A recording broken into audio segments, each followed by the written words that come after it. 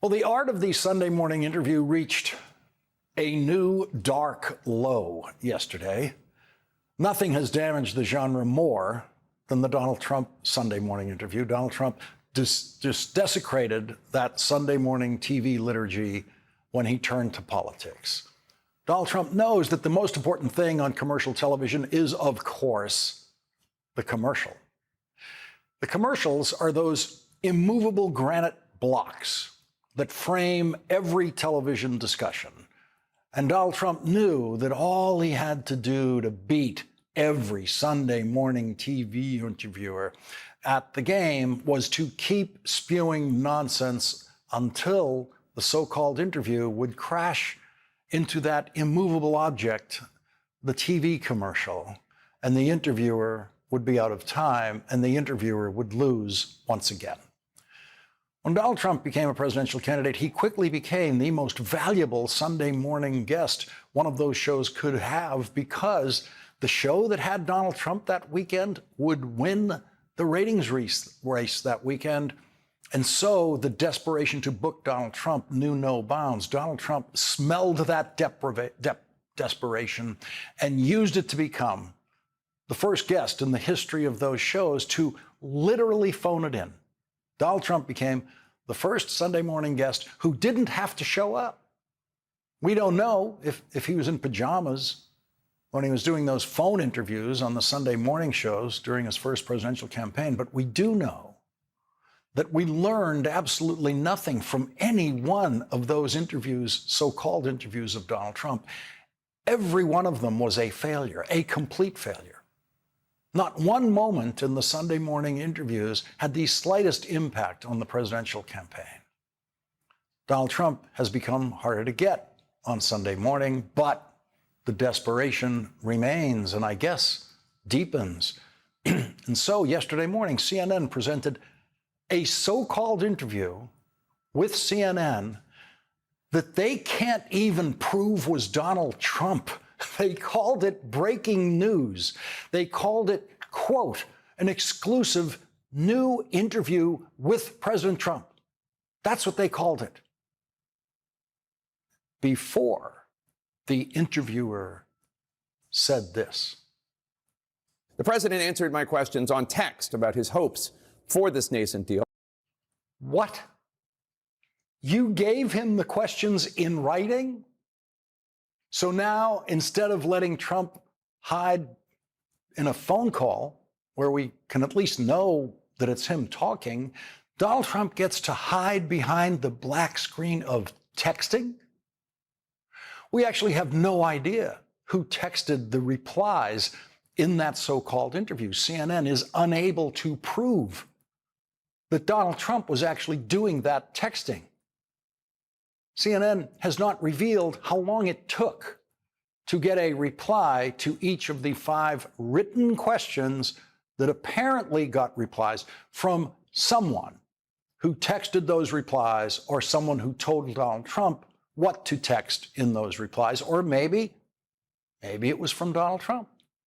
The first question was, what happens if Hamas insists on staying in power in Gaza, to which the text reply, and we don't know how long this took, was, and we don't know who did it, the text reply says, complete obliteration.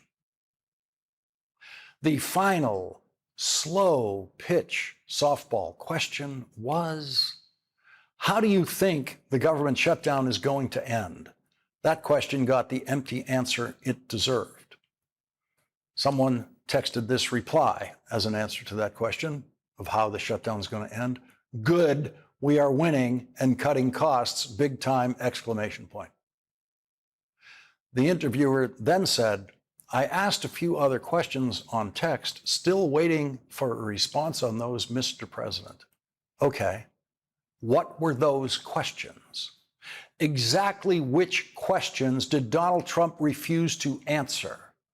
What could be more relevant in reporting an exchange that is supposed to be with the President of the United States than including the questions he refused to answer? We have no idea. Any questions about Jeffrey Epstein or his sex trafficking friend, Ghislaine Maxwell?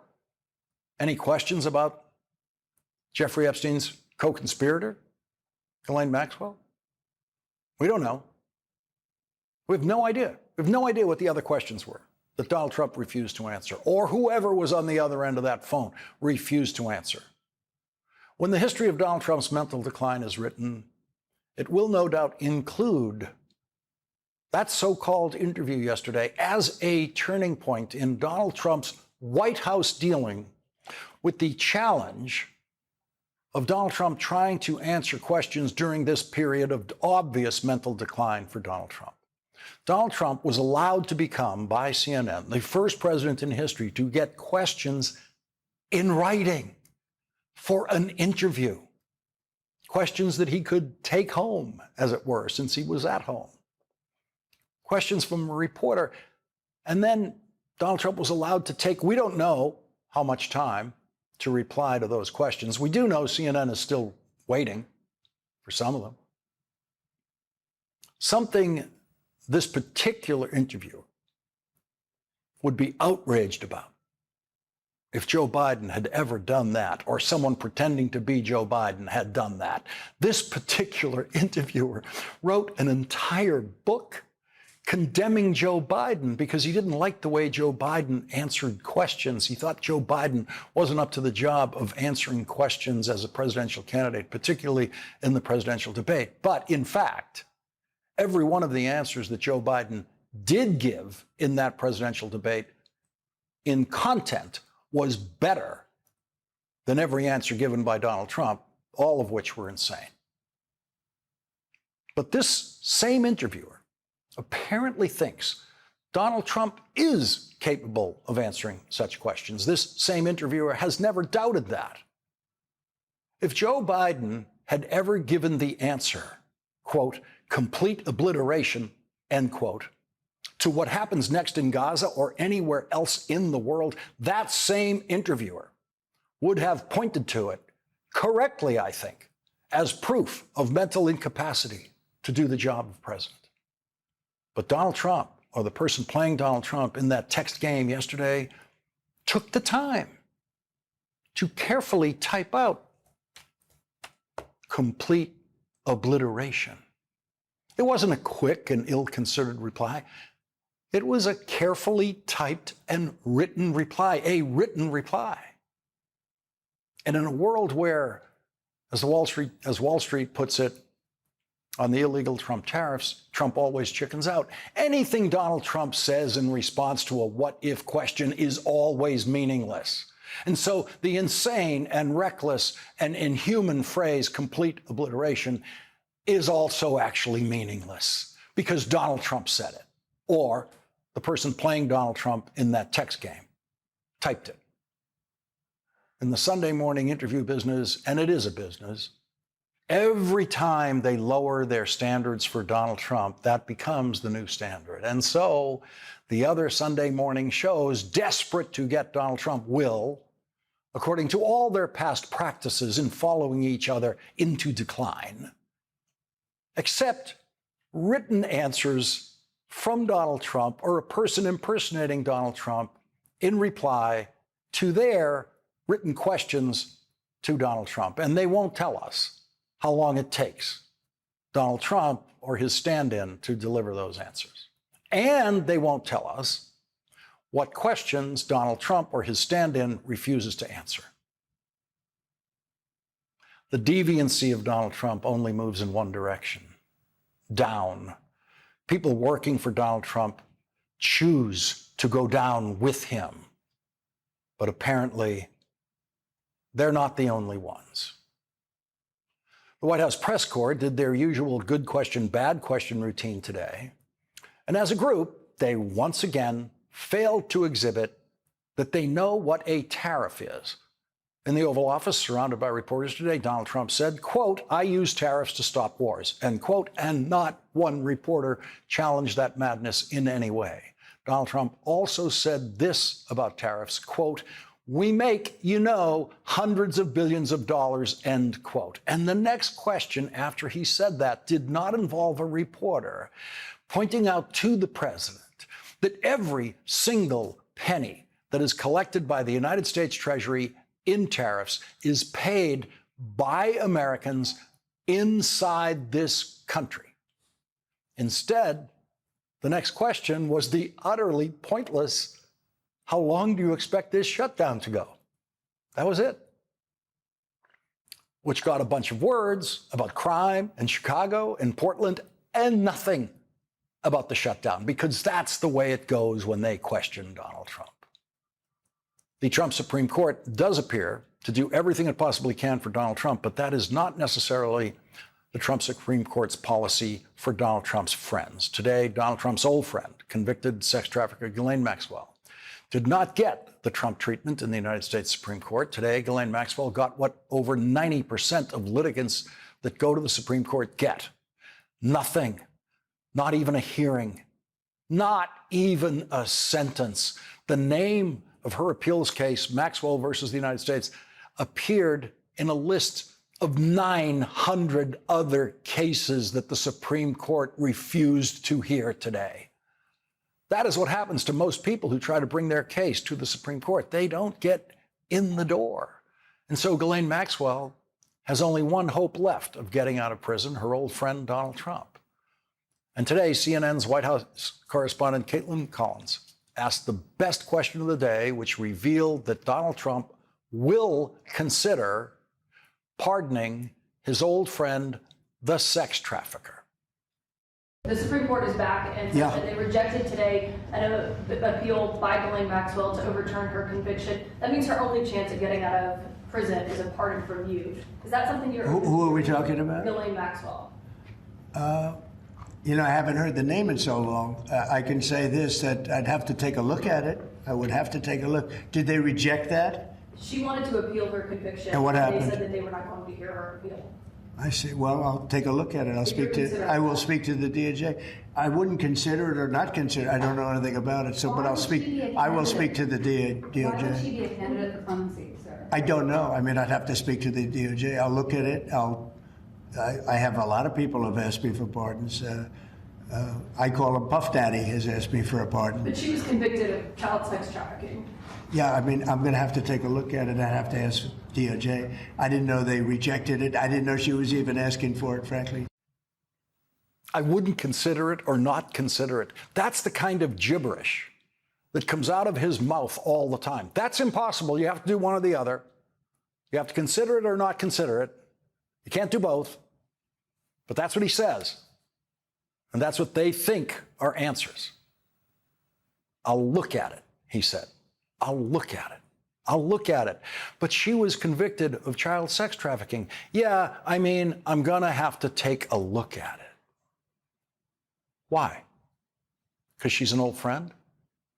Because she told your former criminal defense lawyer in that phony so-called interview that he did with her that you're okay, that you, Donald Trump, she never witnessed doing anything wrong? She's the same person who said she never witnessed Jeffrey Epstein doing anything wrong. So after that sequence of questions, Donald Trump then turned to a reporter who he correctly bet would change the subject. And that reporter changed the subject for him, because that's the way it works with the White House press corps. So when you look at it, Donald, be sure to read the sentencing hearing transcript, which is the only time your old dear friend Ghislaine Maxwell spoke in court, and she never denied the charges that she was convicted of in that one opportunity to speak in court. If Donald Trump ever could summon the discipline to read the sentencing hearing transcript, which we know he won't, he would find the judge in full agreement with the jury's verdict that Ghislaine Maxwell was indeed guilty beyond a reasonable doubt of sex trafficking. The judge said, the crimes for which I sentenced Ms. Maxwell today are the crimes for which a jury convicted her of committing following trial. I do want to emphasize that today the sentence is based entirely on those crimes and the harm done to those victims of those charged and proved crimes. The evidence at trial established that Ms. Maxwell directly and repeatedly and over the course of many years participated in a horrific scheme to entice, transport, and traffic underage girls, some as young as 14, for sexual abuse by and with Jeffrey Epstein. I will pause on those words for a moment. By and with Epstein. It is important at the outset to emphasize that although Epstein was, of course, central to this criminal scheme, Ms. Maxwell is not being punished in place of Epstein or as a proxy for Epstein. Like every other participant in a multi-defendant case, Ms. Maxwell is being punished for the role that she played in the criminal conduct. As to that role, the trial evidence established that Ms. Maxwell was instrumental in the abuse of several underage girls and that she herself participated in some of the abuse, and it is her conduct for which she has been convicted in the court under the laws of this country, and it is her conduct for which she must be held accountable. And we know when Donald Trump pretends to look at it, he won't read what Virginia Giuffre, a victim of Jeffrey Epstein and Ghislaine Maxwell, who took her own life earlier this year, said at the sentencing hearing. Virginia Giuffre could not bring herself to actually speak that day. Instead, her lawyer read a statement that said in part, quote, Ghislaine, 22 years ago in the summer of 2000, you spotted me at Mar-a-Lago in Florida, and you made a choice. You chose to follow me and procure me for Epstein. Just hours later, you and he abused me together for the first time. Together, you damaged me physically, mentally, sexually, and emotionally. Together, you did unthinkable things that still have a corrosive impact on me to this day. I want to be clear about one thing. Without question, Jeffrey Epstein was a terrible pedophile. But I never would have met Jeffrey Epstein if not for you. For me and for so many others, you opened the door to hell. And then, Ghislaine, like a wolf in sheep's clothing, you used your femininity to betray us, and you led us all through it. You could have put an end to the rapes, the molestation, the sickening manipulation that you arranged, witnessed, and even took part in. You could have called the authorities and reported that you were part of something awful. Ghislaine, the pain you have caused me is almost indescribable. Because of your choices and the world you brought me into, I don't sleep. Nightmares wake me at all hours. In those dreams, I relive the awful things that you and others did to me and the things that you forced me to do. Those memories will never go away.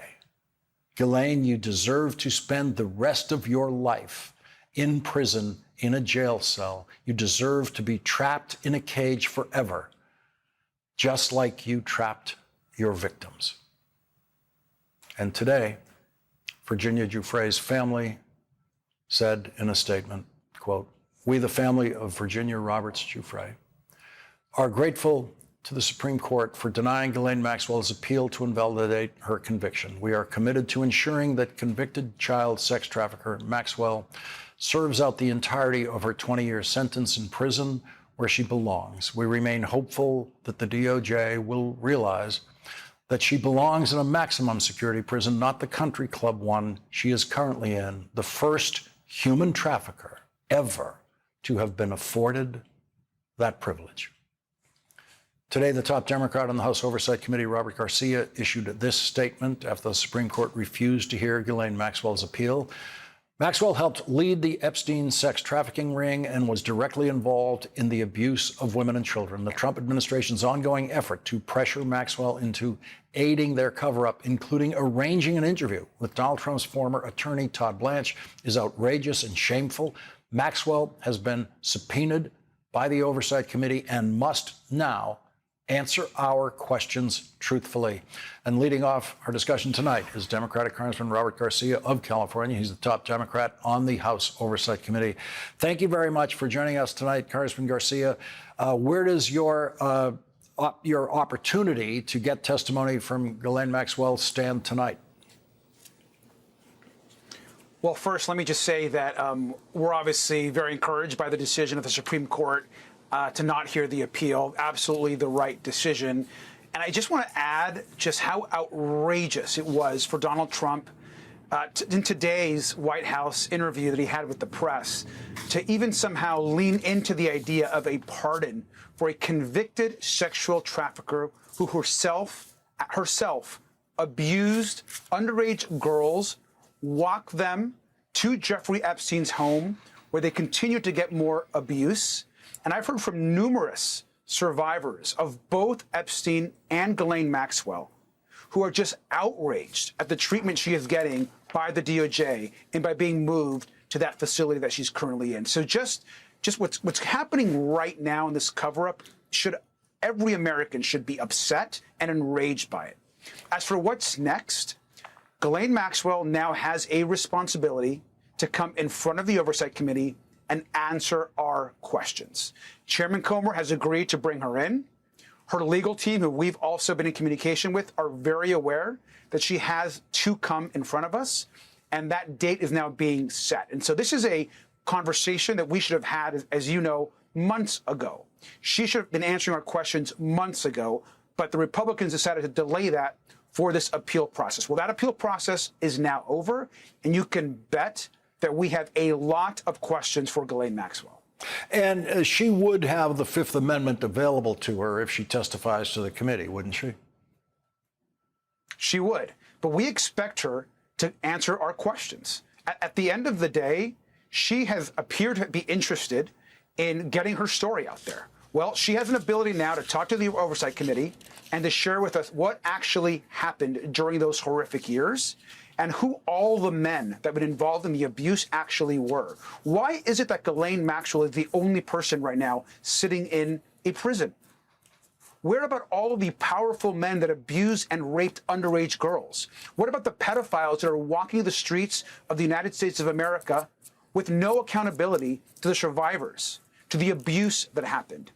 And we don't care how rich they are, how much wealth they've accumulated, positions of power that they have to be held accountable. So we want to ask Ms. Maxwell the tough questions and understand, by the way, which we do, that she absolutely wants a pardon from Donald Trump.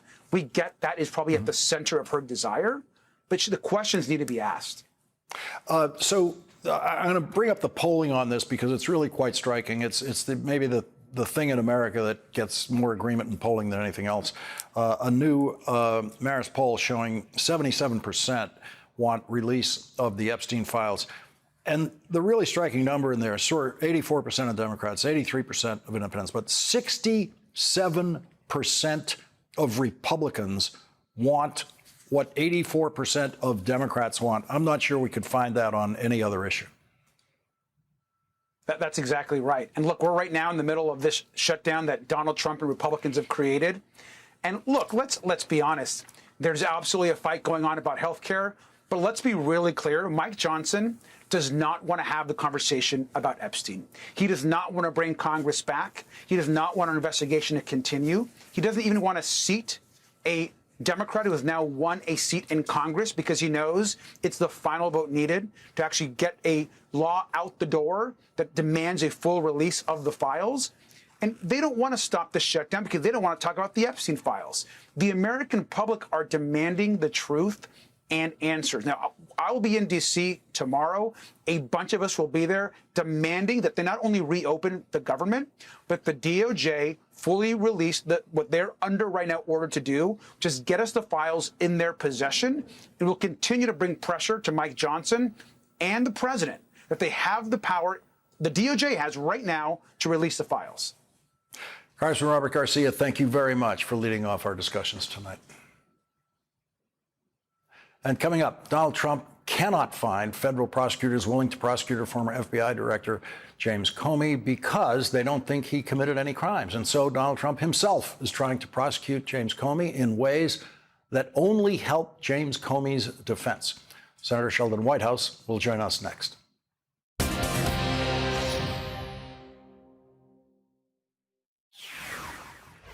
Donald Trump continues to do what no other president in history has ever done. He tells potential jurors who is guilty before they're chosen for a jury. In this case, the jury that might hear the case against former FBI Director James Comey.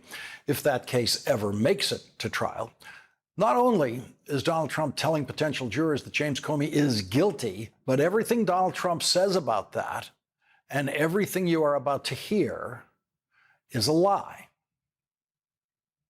Are you worried that your own statements calling for his prosecution could help him actually in his defense of this case? No, I think he's a crooked guy. He's a dirty cop. Comey, I think he's a dirty cop. He's recognized by many people to be a dirty cop and dishonest guy.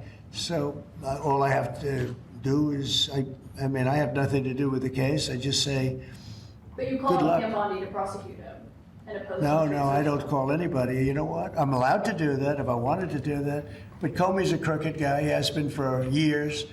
And he got caught. Look, he lied. This is just a simple case. He totally lied. And then he confirmed the lie on, I guess, numerous occasions, or at least one occasion. He confirmed the lie. He said, that's what I said, and I stand by it. And, you know, I mean, the guy, and he didn't say, to the best of my knowledge. He didn't say, well, I don't remember. He made a very definitive statement and a very important statement concerning him. And he got caught in an outright lie. And that, of course, that you just heard is an outright lie. Joining us now is Democratic Senator Sheldon Whitehouse of Rhode Island. He's a member of the Senate Judiciary Committee. Senator, it may be that Donald Trump knows how weak a case it is against Jim Comey, and he wants him to get off, as it were, through pretrial motions about prejudicial pretrial publicity or selective prosecution or something like that. It's Donald Trump's relentless attempt here to interfere with the case is something like we've never seen. Well, first of all, note that for a guy who claims not to know much about the case, he actually said that he knew specifically what the lie was. Mm-hmm. So he's way closer to a traditional false statement or perjury prosecution than a normal president would be. So that's something to bear in mind as you think of how this tracks through into the Comey prosecution. It tracks through to the jury selection process, where it's going to be harder for the government to pull together a jury. You can always end up doing it, but it makes it more difficult when there's been this much adverse pretrial publicity. It's not a case where you can move it to another district because the president's noise goes nationwide. And the second is, you know, I got no admiration for James Comey, but I've got a lot of admiration for his lawyer, a guy named Patrick Fitzgerald, who is a very, very capable and experienced guy who knows the inner workings of the department, how things should and shouldn't go. So he will be able to put together a case on vindictive and unjustified prosecution that will go all the way from the newly minted U.S. attorney purpose appointed to do this case after all the grown-ups in the office said it was not a legitimate case, all the way up through the Department of Justice, through Attorney General Bondi, and to the president. So Trump may here have set in motion a cataclysm for himself as this case gets torn to pieces by Jim Comey's able lawyers. Senator, please stay with us. We're going to squeeze in a commercial break here. When we come back, I want you to respond to Donald Trump's newest lie about health care. He said it today. I'll be back with Senator Sheldon Whitehouse.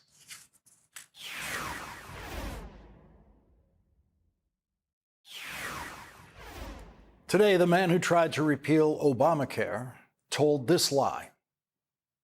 I'd like to see a deal made for great health care. Yeah, I want to see great health. I'm a Republican, but I want to see health care much more so than the Democrats. Democratic Senator Sheldon Whitehouse of Rhode Island is back with us. Senator, is that what Chuck Schumer reported back from his White House meeting with Donald Trump, that Donald Trump, let me get this straight, wants to see health care much more than the Democrats? No, that would not be the case. What he did report back was how surprised Trump seemed to be at what was coming. He didn't seem to understand that the Affordable Care benefits were about to go away, that people were going to start getting notices essentially now and having to make decisions based on potentially doubling their healthcare costs, that many, if not most, of the recipients of these benefits lived in red states. People like farmers and small businessmen who run their own shops and can't get a big, deal through the corporate entity that they work for. They're the ones who are doing the best through the Affordable Care benefit. So he didn't seem to have any clue at all. And of course, when you look at who wants to get something done here, the House has been gone for more than 2 weeks. I don't know if they're hiding out from Epstein votes or they're hiding out from this. They're not even in town. The Senate just cleared out for the weekend rather than negotiate with us to go down and do a big fancy fundraiser at a coastal resort. So there is literally no sign anywhere you look about Republican leadership in either house having the slightest interest in doing any negotiating, and the president barely knows what's going on. So that's one of the reasons we're standing firm, trying to get them to pay attention to this. And sure, what's happening with the rank and file is that rank and file senators are starting to say, and House members, I should add, starting to say, oh my gosh, this is really bad for us. Somebody better start negotiating with the Democrats. But that has not filtered up to the speaker, that has not filtered up to the majority leader, and it certainly isn't something the president is aware of. We await the Trump offer on health care. Senator Sheldon Whitehouse, thank you very much for joining us tonight. Of course. And coming up, 29 days until Election Day, and Donald Trump has made himself the top issue in most campaigns. That's next.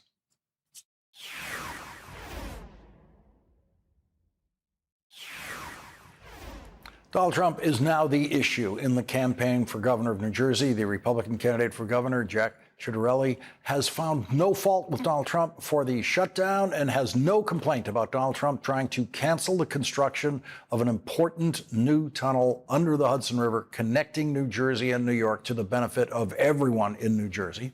The Democratic candidate for governor, Mikey Sherrill, said this about her Republican opponent's defense of Donald Trump. He doesn't know who to blame for the shutdown because he hasn't been paying attention. And he believes freezing gateway funding isn't a New Jersey problem. So on behalf of the nearly 1 million commuters across our state, 200,000 of whom travel through the tunnel each and every day, I'll be very clear. I see this as a New Jersey problem, and I'll see Trump in court if he continues to freeze these funds. And I'll stop at nothing to get this project done for all New Jerseyans. Donald Trump is canceling other projects in other states that didn't vote for him, including 223 clean energy projects in California, Colorado, Connecticut, Delaware, Hawaii, Illinois, Maryland, Massachusetts, Minnesota, New Hampshire, New Jersey, New Mexico, New York, Oregon, Vermont, and Washington state. 16 states that voted for Kamala Harris in the last election. Our next guest, Congresswoman Suzanne DelBene, represents Washington state, where Donald Trump has canceled over $1 billion in funding for 11 energy and manufacturing projects, including the Pacific Northwest Hydrogen Hub. It's one of 7 regional hubs across the country funded by the Biden infrastructure law to produce clean hydrogen from renewable energy sources like wind and hydropower to fuel trucks, ships, and factories across the region. The Pacific Northwest Hydrogen Hub was expected to create more than 10,000 jobs. And joining us now is Democratic Congresswoman Suzanne DelBene of Washington. She is chair of the Democratic Congressional Campaign Committee. And Donald Trump has apparently inserted himself in these campaigns now in such a way that it is obvious that he is the #1 issue in New Jersey and in other, what I assume would be congressional elections in those districts we just mentioned. Well, I think we're seeing exactly who Donald Trump is. Instead of doing things to help people, to help communities across the country, he doubles down on figuring out ways to hurt people across the country if he doesn't get his way. And, many parts of that were areas where he's taking money away. Many of these are rural areas in our country where these jobs are critically important. he doesn't really care who he's impacting. He's hurting working families across the country. And this goes on top of raising tariffs, raising costs, gutting healthcare. It's all about how cruel he can be, as opposed to what Democrats are doing, which are fighting to help working families across this country. In your experience, is the message getting through? We have polling indicating that, for example, 47% blame the current shutdown on Donald Trump. 30% blame that on Democrats. So that's a very significant gap in that poll. Is that going to be a serious factor a year from now? Well, it's a serious factor right now and will continue to be. The number one issue for families across the country is that costs have gone up. It's becoming more and more expensive just to get by. Housing, food, healthcare, childcare, energy costs, and all of those are going up because of actions of this administration and rubber stamping from Republicans in Congress. People want to make sure that there's a Congress, that they have elected representatives who are focused on lowering costs. Donald Trump said he was going to lower costs on day one. That's a big broken promise. He's done nothing to do that. We're very focused on standing up for working families, making sure we're lowering costs. And healthcare costs are about to skyrocket, a big thing we're standing up for right now across the country, trying to address this healthcare crisis that Republicans created with their big, ugly bill. Governor Pritzker told Rachel in an hour before us that he believes that Donald Trump wants troops on the streets of the United States now so that people will get used to it. So that when it comes time for the congressional elections next year, if the troops are surrounding their polling place, people will get used to it. Many of them might not decide to show up to vote because of it. That strikes me as a measure of just how afraid Donald Trump is of you and the Democrats possibly winning the House of Representatives. Yeah, if you know that you are supporting policies that the American people agree with, and you have a winning message, that's going to win you elections. But when you know that the American people are not on your side and you're not willing to change direction and actually listen to what people are saying on the ground, you figure out other ways to rig the system, like gerrymandering in states across the country, or fear and intimidation, which is what he's been doing in parts of the country and continues to talk about doing, not about helping communities. Communities didn't ask for this help. This is about fear and intimidation. It's nothing to do with public safety. We need folks who are actually going to work with communities, help communities, and support families across the country. But Republicans are running scared. Congresswoman Susan DelBene, thank you very much for joining us tonight. Thank you. That is tonight's Last Word.